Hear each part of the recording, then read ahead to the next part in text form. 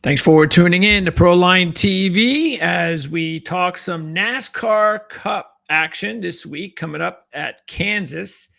Little recap of what happened last week, as well as some other news going on in the sport. How's it going, CJ? It is going. I'm looking forward to a much better race this week at Kansas than we had at Texas a couple days ago at this point. I almost said a week ago. Not quite a week yet. Yeah, it is. I tell you what, though, I'll say this, is that as much as we all despise the track, and it's just not very good. We all know that. Bad track. At least we were given a lot of craziness for the last stage where you had no idea what was going to happen. And so it wasn't like some dominating, boring win by Larson at Bristol or anything like that. It was nobody knew, and even these restarts, what was going to happen. You know, who was going to what corner was that? Like that, they have to come up with a nice nickname for that corner where everybody just the one with the bump. Yes, that if you don't hit that right, boop, you're gone. It's like it's funny in a way, but I must say that I've been trying to get Ryan Blaney to be more like pissed off, and and he's done that before in the past, and I think it helped him to win a championship. Well, I'm going to save this one forever. This is one that I'm going to save for especially next year when we do the Texas, the week of. Don't remember this, the week of Texas next year. One of the first things I am going to play is going to be this. Of the sketchy Texas Motor Speedway surface. The track sucks. It's terrible. It looks like there's 2 lanes at a time, but you see guys bust their butts over in 3 and 4 all the time because there's a massive bump. So you don't even want to run up there. So the track is not very racing. Kyle Larson already talked about finish. Matter of fact, what I'll do is there's 2 lanes at a time. The jump. So this is Ryan I'm Blaney just going to keep playing. Was not too happy about the way this race ended for him, and he was certainly not a fan of the sketchy Texas Motor Speedway surface. The track sucks. I'll just keep going back and forth, back and forth, back and forth, especially because it was my boy Ryan Blaney saying it, and he still finished a very solid third. But yeah, it's like it was kind of ridiculous. I mean, here he is. He's got like McDowell, and all he had to do was pass McDowell. If he had been able to pass McDowell, the race was pretty much over, and he couldn't do it to put himself in position on the restart. And even, and so it was just a crazy mess, but I think in a positive way where you had no idea what was going to happen. Yeah, interestingly enough, first and foremost with that clip, this is the first time I recall anybody really saying that, yes, this track is designed poorly for these cars. And it wasn't just Ryan Blaney that said it. It was multiple people. It's the first time I think I ever recall hearing that. Certainly when you get 6 cautions in the last 50 laps, you can't even get 10 laps done at a time. You're going to have some wild results. And just from a wild result standpoint, just one of the many wild statistics coming out of this race, only one driver that started inside the top 10 actually finished in the top 10. Just one. And that was Kyle Larson, who started 4th. Well, that goes in line to what we were talking about the last 2 years. And now it's going to be 3 years in a row. And so there we've got ourselves a new trend at Texas Motor Speedway. Is anything is going to happen. It's almost like now a super speedway race where for different reasons, of course, but you just don't know who's going to win. And it's hot luck. There were 14 cautions last year. There were 12 cautions this year. The 14 cautions last year, I even said it last week, set the record number of cautions for a 400-mile race. And we almost got that again on Sunday. It was somebody, I forget again who it was, whether I heard it or whether I read it, but there was a conversation afterward about whether people actually like this kind of racing and whether that's exciting. And the answer, the person that was asked the question said, not me. I'm sure there are some fans out there, depending upon what you like to see in your racing, whether, i.e., whether it's crashes or whether you like to see the racing. But this one definitely was not one for the history books of a clean, nice race for sure. And the track contributes a lot to it, especially that bump. But then also the fact that you just can't pass. I saw how difficult it is to pass. Once you're in the lead, that advantage with this track, like Blaney said, it looks like there's 2 lines, but there's really not. It's just one. It's impossible to get by if you've got your car in front. And, you know, Michael McDowell sure gave them a run for their money up until they finally passed him. And then, like you said, every other restart after that, it was whoever's going to get through the turn first. Yeah, it was, again, one of those situations, and we're going to see it again probably until something happens, some change, whatever. But early in the race, you're going to see basically no passing. You're going to see the same, pretty much 9 out of the same 10 that started the race are going to be still there, the first stage probably. And then as the race goes on and the cautions come out and then the craziness begins more and more, then all of a sudden, by the third stage, it's just going to be, again, pot luck on who's going to survive. So, and you got that, you know, again, it's when you get a bad track and then you throw in the fact that you have like an unfair starting position on those restarts, it's a bad combination. But again, it's better than having what happened in the first stage happen the entire race. Oh, for sure. So yeah. I'd much rather see what we saw on these last 3 races than have that happen the entire race. So nobody wants to see that. But hey, you know, I mean, I don't know whether or not NASCAR is what they're going to take out of it, because they make money being at Texas, and we know how important that is to them more than anything, and we understand a little of that. But come on. I mean, this is Texas, for crying out loud. All the money that these people have, they can't build another racetrack. There are other racetracks in Texas. I don't know why we don't race on them. Coda, you got Coda, they go there. This track was just redesigned at the wrong time. It was redesigned to suit the old car. It might have worked for that car. It doesn't for this one, and it hasn't for several years. And I'm just glad we only go once a year. Especially for the Fords. Yeah, the Fords, they do not like it at Kansas since the next gen. Before we get into all of that, though, we can be upset about NASCAR, and there's a lot to be upset about there, Texas definitely being one of them. But on the positive side, you know, we were very happy when we heard about Homestead getting the championship race next year. So that was huge.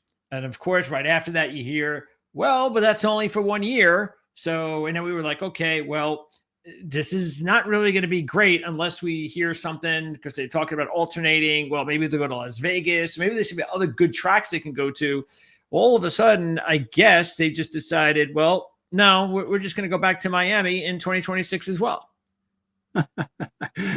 I did see that they are going to rotate. So the plan is to leg into going elsewhere in the future. I think it takes some time for them to be able to work that all out.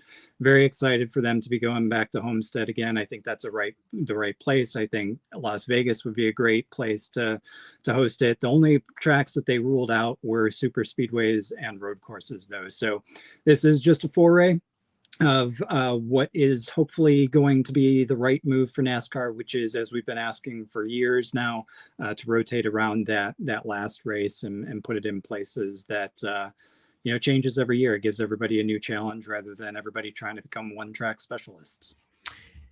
And again, that's also a 1.5 mile track, just like the one that we're going to go to this week. Even so, what is the difference then? Because as we get ready, so as we preview this Kansas race, it's supposed to be the most similar track to Kansas, supposed to be Las Vegas. Yes. Okay. So what do you think? Like, why is that the case? And, is it still, like, definitely looking at the data over the last few years, you still believe that that's the one that we should be looking at? Yeah, it is definitely the one that we need to be looking at. Kansas depends. So both tracks are 1.5 mile tri-ovals, and both of them happen to have aspects of them, whether it's the banking or whether it's the surface, that enables each track to have multiple lanes, like Blaney was talking about, where Texas looks like it has 2 lanes, but it really only has one. Las Vegas has like 3 or 4. Kansas has been growing their lanes since they repaved it. So as the pavement has aged at Kansas, the racing groove has opened and it's become wider. So you have more lanes throughout the turn. So you end up having more passes. So Kansas is approaching Las Vegas. Las Vegas is already there from a maturity standpoint, both again, and the angle of the banking as well as the way that pavement wears in. And Kansas more recently has definitely been getting there and opening up the racing. What you really want is to have as many lanes as possible to be able to move your car up and down the track, whether that's riding the wall or maybe if somebody ahead of you is riding the wall and keeping the momentum of the high line off, then you cut the corner short and be able to match their speed by making the corner shorter by hugging the inside. That's the type of racing that you want. That's what Las Vegas produces, and Kansas has been approaching that over the past couple of seasons. Okay, so what you're saying though is it possible that we're going like so say for Ford, it is because you're looking at last year even, and there was only one Ford in the top 8 at the end of each race. Blaney in September, Buescher in the spring. That's it. So is that all it is? Is really the only Ford's chance is that another groove, another lane will be there maybe this year that wasn't there before? Is because what else could they hope for? Like, why would we even take a chance with a Ford right now at Kansas? Yeah, well, so the question I answered was specifically about the tracks. If you want to go to the manufacturers, I don't know what Ford needs to do because they've sucked at these tracks. It's been for them. I'm not sure. For whatever reason, they seem to nail the super speedway packages. They can link up, they can be at the front there, they can draft really, really well. But it seems like when they get in dirty air at these 1.5 mile ovals where the speeds are high, but there are multiple grooves to choose from, it just seems like their cars don't hold that same speed through the corner like the Chevrolets and the Toyotas do. So I wonder if maybe it's a little bit of the shape of the Ford and the aerodynamics of the front of the Ford that enable them to be good pushers, and when they get lined up to be able to be more like a freight train on the super speedways. But then when you get to a more finesse type of track like a Las Vegas or a Kansas, it's not that finesse of a car, though Joey Logano obviously ended up winning last week at Texas. So that was a turnaround at these types of tracks for Fords. I don't necessarily think that it's going to continue, but I do think Blaney can continue to be competitive just because of how fast he is. Obviously a Ford driver. I would say, just looking at Kansas in particular, you haven't had a Ford win since Joey Logano did back in 2020. It's been all Toyota and Chevrolet since then. Chevrolet swept races last year, Toyota swept races the year before. So Ford definitely has their work to do, and I think it all comes down to the aerodynamics. Okay, so on the positive side, again, which is what I'm trying to get into this, try to figure this out. And again, anytime that we talk about similar courses, similar tracks, it's a handicapping tool, but it isn't the be all end all. Because I look at Las Vegas, and Vegas, their last 2 winners were Fords. Berry wins this year. Logano won the race, the last one last year. And this is supposed to be which it is the most similar track. So why isn't Ford? So is there, what can you think of any guess at all as to why you think then that Ford hasn't been able to get it done at Kansas when they have been able to get it done at the most similar track at Las Vegas? I mean, that's a good question. If I go back to last year's spring race here at Kansas, Kyle Larson obviously won it. He led 64 laps. Chris Buescher finished second, started 12th. He led 53 laps. Those 2 guys were the ones that led the most laps, but Kyle Larson came out on top. Let me take a look at the fall race here. And the highest, Blaney was fourth in that one. Blaney was fourth. He started seventh. He only led 3 laps. The top 3 were Chevrolet, Toyota, and combined they led almost 80 laps. But that race was dominated from pole by Christopher Bell, who ended up finishing 7th, with 122 laps led. Let's see which Ford driver led the most laps in that race. That was Brad Keselowski with 4. So again, I think Las Vegas over time has been able to widen the groove, and you've got a lot more lanes to choose from. That tends to help the Fords, whereas in Kansas, it's been widening out over time, but it just hasn't just done it yet. Yeah, it hasn't done it yet. So I think when Ford and the Fords have the opportunity to spread out, choose their lane, and not be hindered by whoever may be in front of them. I think it all comes down to aerodynamics and the way that they can place their car in the turns versus Chevrolet and Toyota throughout traffic. What would be the pickup then we should keep an eye on in practice or qualifying? 10-lap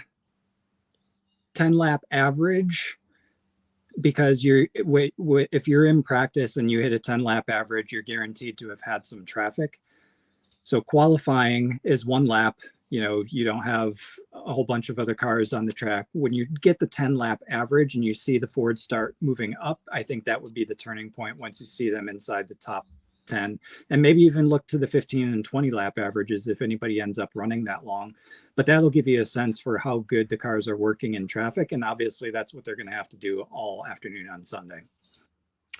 Yeah, let's see.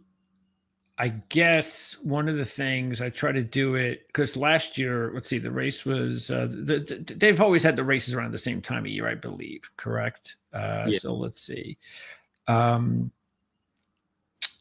May and mid-September. Okay. So last May, Larson's win. Let me check qualifying. And this is, by the way, what I like to do every week on the starting lineup show. Whenever we take a look at the speed charts from practice and qualifying, we'll take a look at the previous history to see if we find any correlations to help us with our picks. And I do see, let's see, I've got 1 Ford, 2 Fords, 3 Fords, 4 Fords in the top 10. It qualified in that race. That was Larson's race. And let's see how they practiced. Actually, let's make this a little bit more interesting so everybody can see it. All right. So practice, we've got Gregson, and that's it. We have 1 in the top 10. There you go. McDowell, 2 in the top 10. McDowell was 10th, but much better in qualifying. They don't do it. They used to have the 10-lap averages more easily available years ago. Now it's like they don't even provide them for you almost. Yeah. I don't know why, but of course they used to have 2 or 3 practices as well. But they did. Where are they having that? I saw where's the new track we're gonna come see soon? Because I remember looking at the practice on Prime, and I was making sure that I was looking at all of them coming up, and I saw 1 practice, 2 practice. You go, whoa, 2 practices.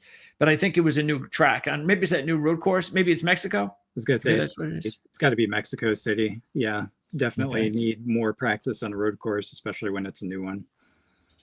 Okay, let's see. We're going to, you said September, right? Yes. There it is. There's Chastain. So who was in the starting lineup?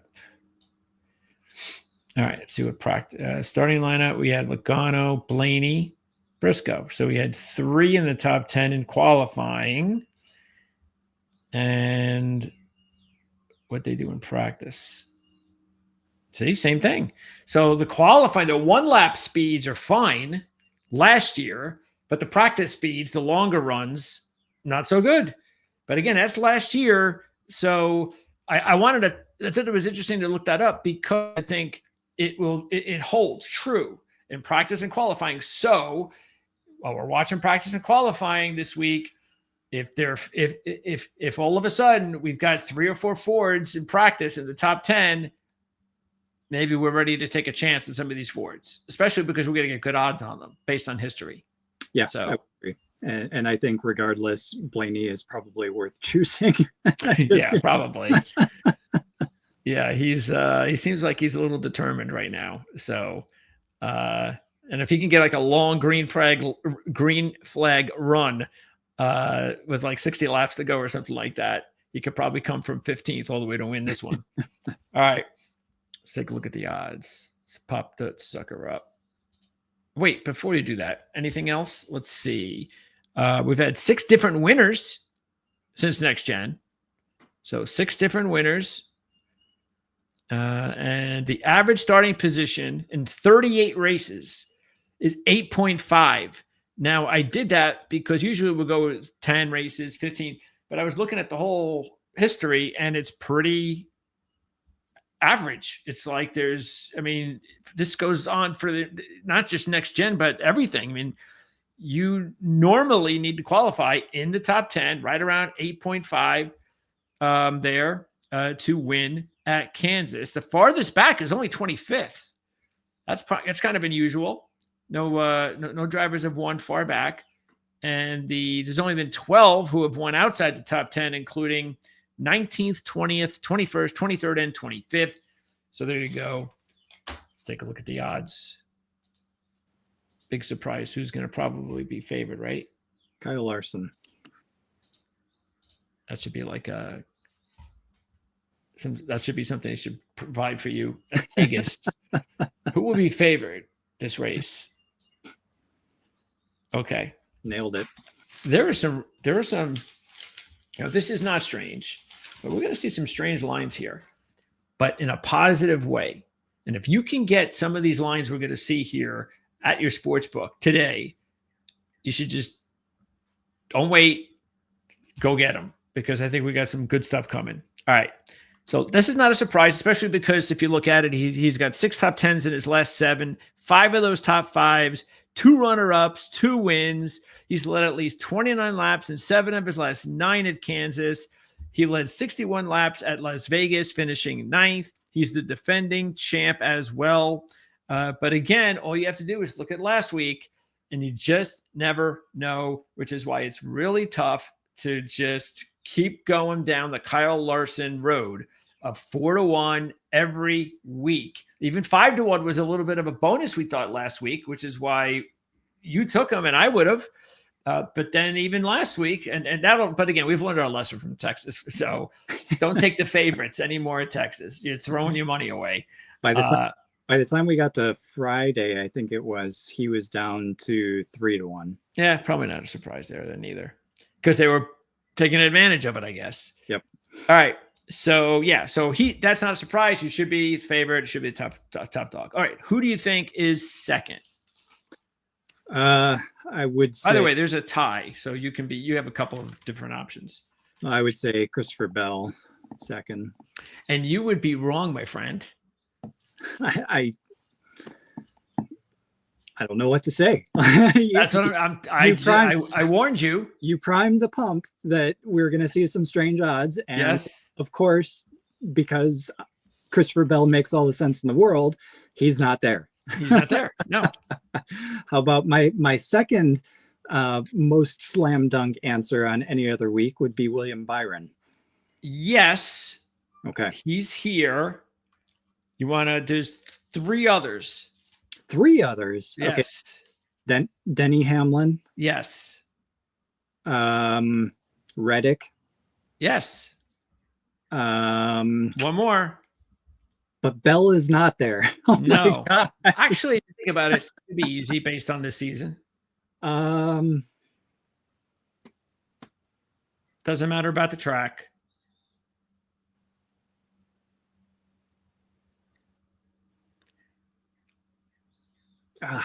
It's so easy that it's staring you right in front of your face.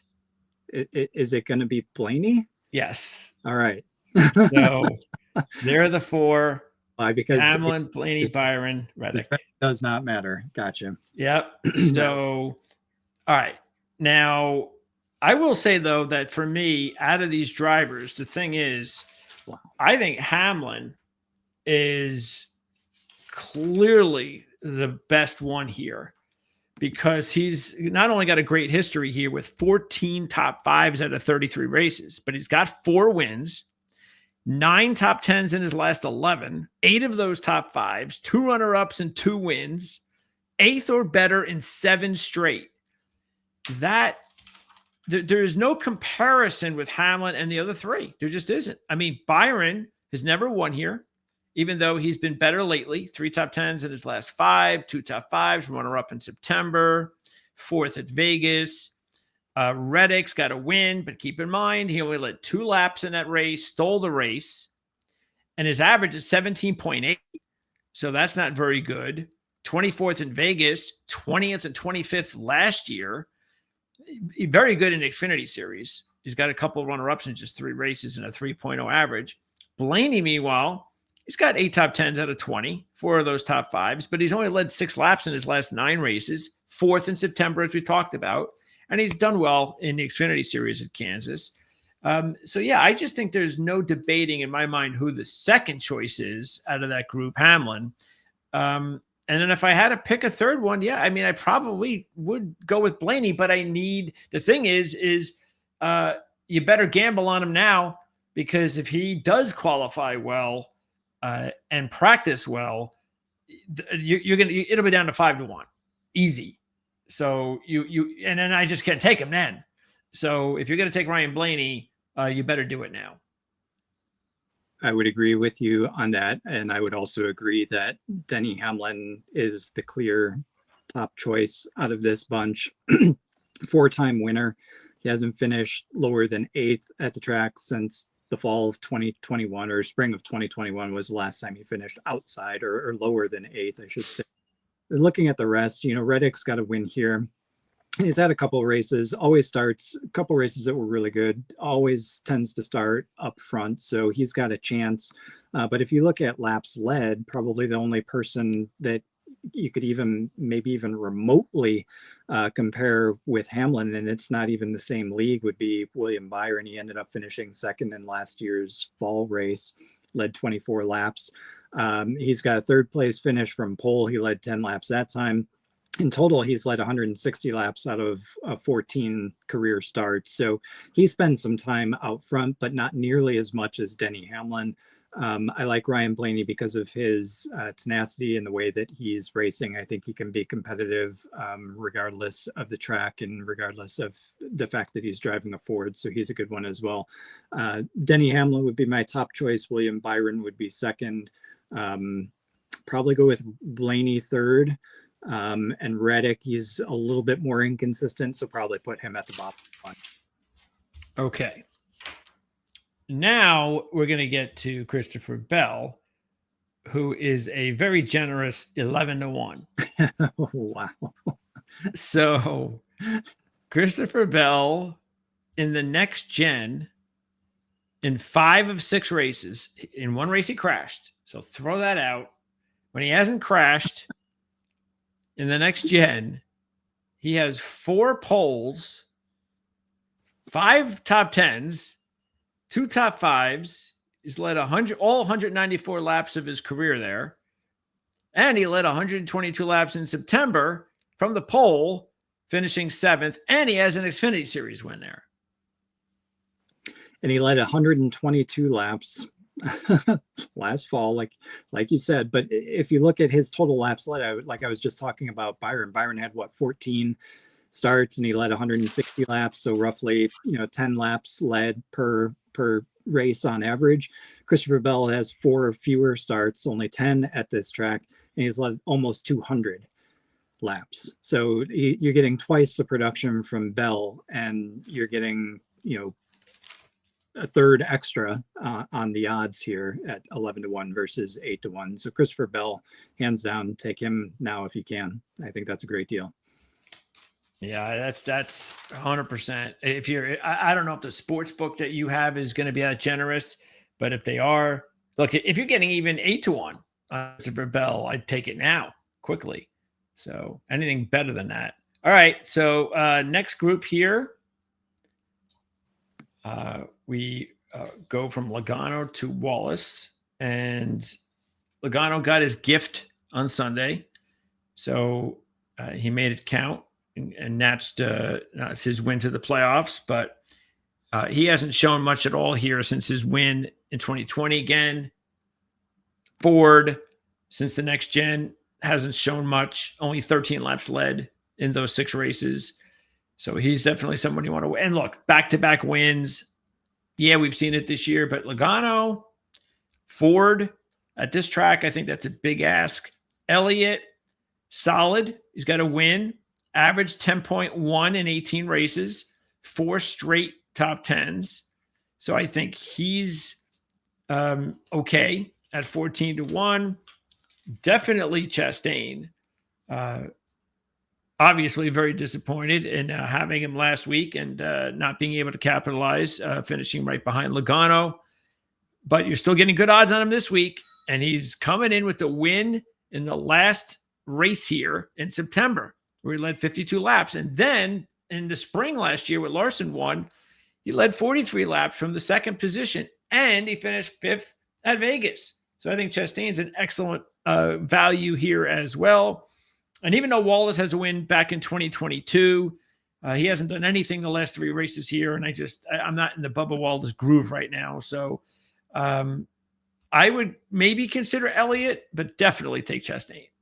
Chastain is the top choice out of this group for sure. 7th, 7th, 5th, 13th, 19th, and then he ended up winning 103 total laps led out of 12 starts, 43 and 52. So 95 of those 103 laps led came in the last 2 races. And like you said, a great finish at Las Vegas too. Plus he's coming off of a 2nd place finish last week at a 1.5 mile oval. The thing that Chastain said after last week's race that really makes me high on him this week is that the team made an adjustment on the car, I think in the final stage. Later on in the race, they found the adjustment that he needed and the car came alive. He said the car stunk in qualifying, couldn't do anything the first portion of the race. But this is not the first time that we've heard Chastain and team do this. They've been able to leverage the adjustability of this new car to be able to get it to be what he needs to be able to be competitive. And Kansas is a place that he can do that at. So clearly with his current momentum, with his results on 1.5 mile ovals, plus his ability to dig himself out of a hole if he ends up being in one, he's one to take this weekend. The only other one that I would consider would be Chase Elliott, and I'm a little bit disappointed with how he performed last week. He should have been a top 10 car. I think he only cracked the top 10 maybe once or twice throughout the entire afternoon. Otherwise, he was basically mid-pack the rest of the day. That wasn't very inspiring, though he does have 4 straight top 10 finishes here. So if he bounces back to life, perhaps we can start choosing him again, but just disappointed off of what he was able to produce at Texas. So I would avoid him as well. Yeah, as far as the drivers that are showing some sort of positive trend coming into the race, besides, of course, Larson being hot, you've got Christopher Bell, who has 4 top 10s in his last 5 with 2 top 5s and a runner-up. You got Blaney, 3 top 5s in his last 4. You have Chastain, 4 top 10s in his last 5, including the runner-up last week. Surprisingly, Austin Dillon has 3 straight top 10s, and Daniel Suarez has 2 straight top 10s. So those are the drivers that are coming in with momentum, and Chastain being one of them. Okay. Now, in this group, Kyle is, he still only has 1 top 5 this year. And so at least we're getting the number now where he's back to where he belongs. None of this silly odds nonsense we've seen in the last few races. And he did lead laps last year. He led at least 14 laps in both races last year with 1 top 10, but didn't perform well at Vegas. I don't know. I just don't feel it right now with Kyle. He has to start getting on some sort of a roll here fast before he gets away from him. Buescher, though, I think is a good possibility because he had never shown anything here until last year. And then he finished 2nd and 11th, leading 53 laps in this race last year. But again, the only thing is, and we told you about the runner-up, the only thing is, again, he's a Ford. But okay, And then forget Briscoe. I mean, Briscoe's done nothing here. 0. But Bowman, it's back to taking Bowman again. The thing is he's got to get some. He definitely has to start getting some of that momentum back too. He's kind of lost it, and another bad luck situation at Texas. But he's been really good here with 10 top 10s out of 18 and 5 top 10s in all 5 next gen results. So I think Bowman is a solid choice as well. So as far as this group, I'd go with Bowman probably first, and I definitely think about Buescher too. Yeah, I would think about Buescher as well. Definitely, you've got to go with Bowman. He hasn't finished lower than 11th since 21 at this track. Led 107 laps on his 4th place finish in the fall race of 2022. And he's a type of driver that, kind of like Larson, that can bounce back and forth. Just because he had one bad race doesn't mean that he's completely lost the plot. Obviously, last week at Texas was a bad race for him. Same as it was for Kyle Busch, but I think Kyle Busch is the opposite. Over the past couple of years, we've seen him fall farther into the abyss when he starts getting behind, and that's definitely what we saw at Texas last week. He was just starting to get his nose up there, and then ended up hitting that infamous bump and lost it, unfortunately. So I worry about him. I think he does need to turn it around, and I'm probably going to avoid choosing him until he does so. The only reason, you're right, Chase Briscoe, sorry, nothing to talk about with him. I think 8 starts, no top finishes there. Chris Buescher could be interesting if, again, that trend in practice plays through. So if you see Buescher doing well in practice, probably regardless of where he qualifies, I might consider choosing him, especially if his odds stay around here. But those would be the 2 that I would pick from this group. Alex Bowman for sure. Chris Buescher, probably wait to see maybe what practice does. Hopefully his odds don't drop too far if he does do well. Yeah, I think the good thing is at least he's in the 20s. So even if they drop, you're still going to get double digits. So you might want to take that chance, but hey, it's up to you. Next group. And in this group, there's some interesting possibilities here. Nothing like really exciting. I think Gibbs is the most interesting because he drove here twice in Xfinity Series, 3rd and 1st. He had never shown anything here until September when he finished 5th. The problem is that Las Vegas didn't really show anything. He was 22nd. But that was when things weren't going really well for him. Even though his results, he had back-to-back top 10s, but the last 2 races, still, I don't look at the results as much as we're seeing him more towards the front now, more often again. And so I think that for 28-1, I'm willing to think that this is not a bad shot to take Gibbs as a long shot again. Berry's got the win in Vegas, so you have to give him that. But keep in mind, he had a lot of positive stuff at that track going for him, which is why he was my long shot pick in that one. He doesn't have anything going for him here. So as we talked about, sometimes these tracks can be similar, but that doesn't mean every driver is going to be just as good at both. And Berry hasn't shown me anything here, and I don't think he's winning a second race right now. Cindric is interesting only because he was 6th at Las Vegas, led 47 laps, and we know he's doing better this year, as predicted, even though I think he could be doing better. But he's never done anything here. So he's definitely a driver that you're going to have to wait until practice or qualifying because you're still going to get a good number since he's 40-1. And now Carson Hocevar, they basically have decided no more 80 or 90-1s with Carson Hocevar because he qualifies too good, every other race, and we got to cut that sucker in half, and we're going to get really screwed one of these races.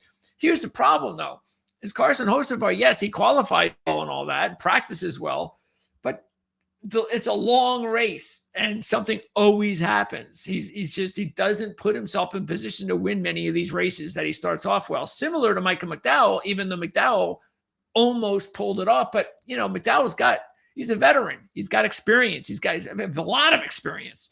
Hocevar, on the other hand, doesn't have a whole lot. So I just, you're not getting a bargain anymore with Hocevar just because of how he qualifies. Yeah, I agree. I like to see Gibbs getting more toward the front again. And like you said, last fall he was able to finally turn his single lap speed into a decent race finish here. So he finished 5th, led 5 laps. But he did qualify inside the top 10 in 3 of his 5 races, just wasn't able to get results from that. So maybe that changes again this week here. I do disagree with you on Barry. You're right. He hasn't shown anything at this track. His best finish so far was a 15th when he was with Stuart Haas back in this race last year. However, I didn't expect anything from Barry last week at Texas, and he found himself in the lead and not through, only cautions and things like that. He had legitimate speed, and he has been one of the fastest Fords pretty much all season. So that with the win at Las Vegas, again, keep an eye on the practice times, but I'd almost be willing to go with Barry now. I do think it's a stretch for him to win 2 races, but if you're looking at the Ford contingent, probably behind Blaney and Buescher, Barry is probably a really good one to go with. Cindric's best finish here was 11th back in 2022. He hasn't finished inside the top 30 since 2022 either. So that's a little bit worrisome. He had some speed at Texas. And I think the same is true about Cindric as it is with Hocevar. He's got to put a full race together. He found himself in the lead last week at Texas as well. Obviously he's got the win, but I'd like to see more solid, consistent race finishes from Cindric before we start choosing him more regularly. I think Hocevar, we talk all the time, it's a team sport. They're not the Hendricks and Gibbs of the world. So this group, I'd probably actually choose Barry. Gibbs would be a close second. Okay. And as far as this group here, I probably have to go. I guess the one that intrigues me the most would probably be Suarez and then Preece, because we just talked about Chastain and really liking him. And so Suarez being his teammate, second at Vegas. And Suarez is starting to, there's been a few races lately where he's been noticeable. So I think he would stick out. Preece, the thing that, with him, it's going to be the same thing. It's going to be qualifying and practice. So I think you're going to get a good number either way. You're still going to get in the 20s or 30s if he practices or qualifies well. And I think it might be worth it because he was 3rd at Vegas, even though he has no history here, but new team. So there's a lot of newness to him. And he's still overall having a better year this year than any other year. Gragson, it's just at this point, I don't know whether or not this team can win a race like this. He does have an Xfinity win here. He was 9th in the spring.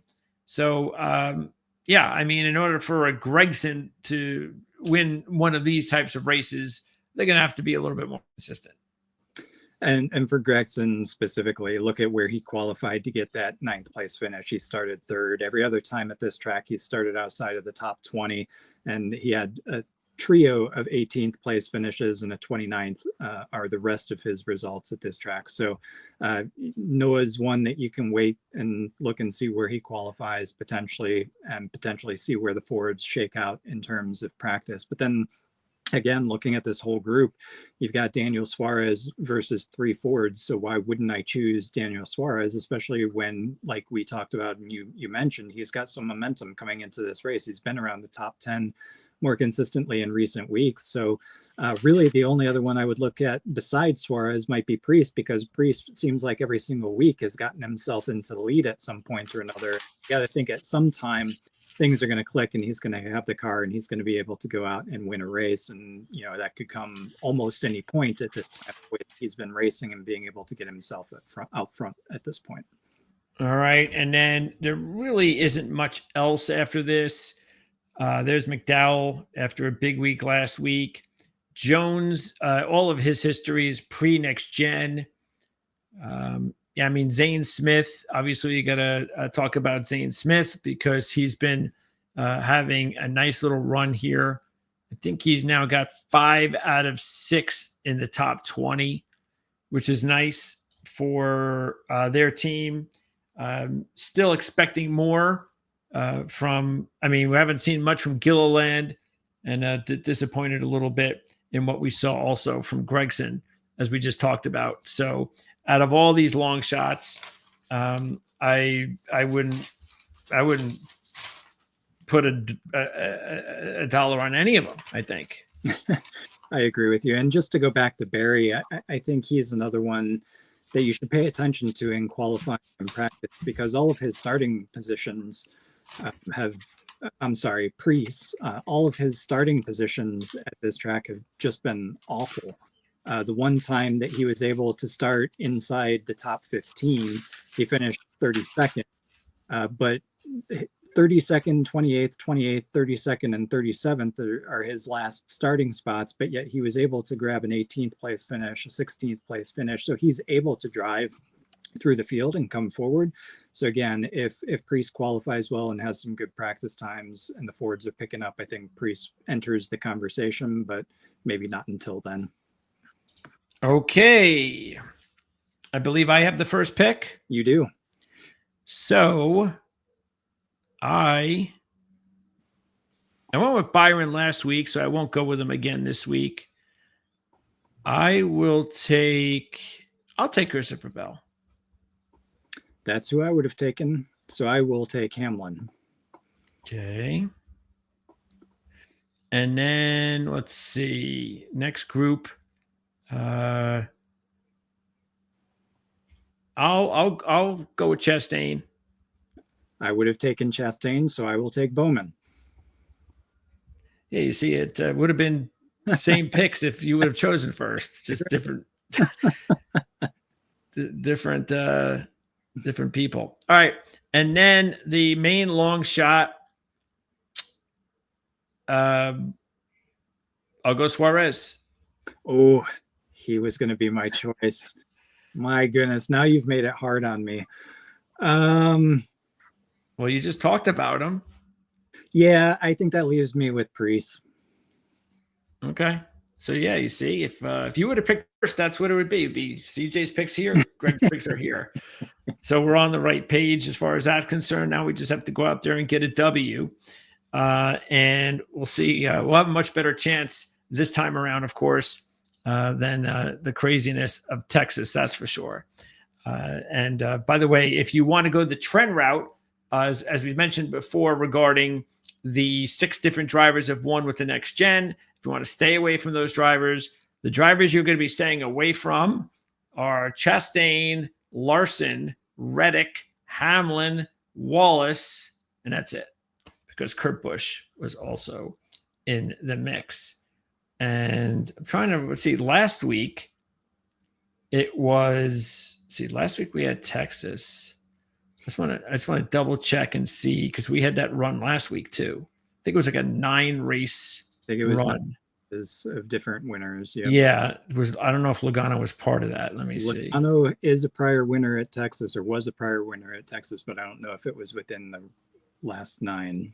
No, it wasn't. There you go.